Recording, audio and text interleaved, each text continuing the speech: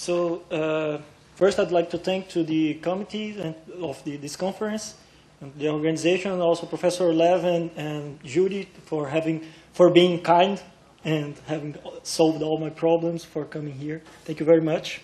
And so my name is Andrey Chaves, and this work is a result of a collaboration between me and Professor Judy Aquino Farias. We are from Universidade Federal do Ceará in Brazil, and also with Professor Peters from Antwerpen and Bartolomé Zafran from Poland.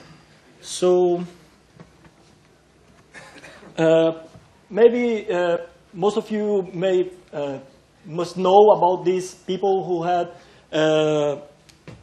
been able to grow this kind of structure, which is made of semiconductors, and it is like a quantum ring with some leads. And also you see that some people have already done some calculations with considering a thin line as a ring and these leads here. You see that there are also other kinds of topology or geometry. And people consider the case of a Gaussian wave packet traveling through the system and calculated the transmission here. And they see the Aharonov-Bohm oscillations as a function of the flux treating the ring. What we have done is to consider the same system, but with a finite width, like this, but in order to try to see what happens in this kind of experiment, for instance. So the main difference is now that as we have a finite width here, we have kind of different bands here. When we were working only with a line, the wave packet was locked in one subband. But now, as we have a quantum well, the wave packet, if it has energy enough, it can be scattered to other subbands. So I'd like to show some movies of this time propagation of the wave function. Let me see. This one, for instance, is an electron with an energy which is in the first subband, like in the ground state of the quantum well. Let me see if it's going to work.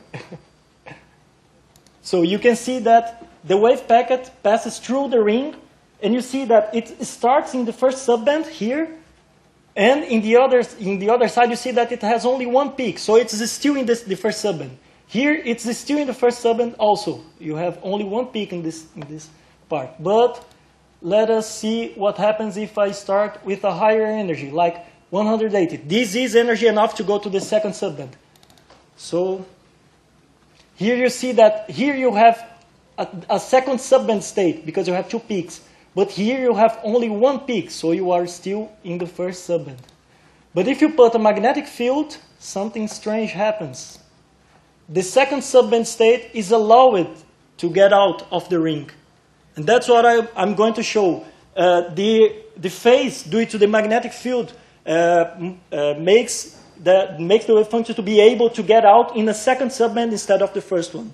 So if you want more information, you can see in our paper in Physical Review B. Let me see if I can get here in Physical Review B. Is there a reference to, or go to my poster. So thank you very much.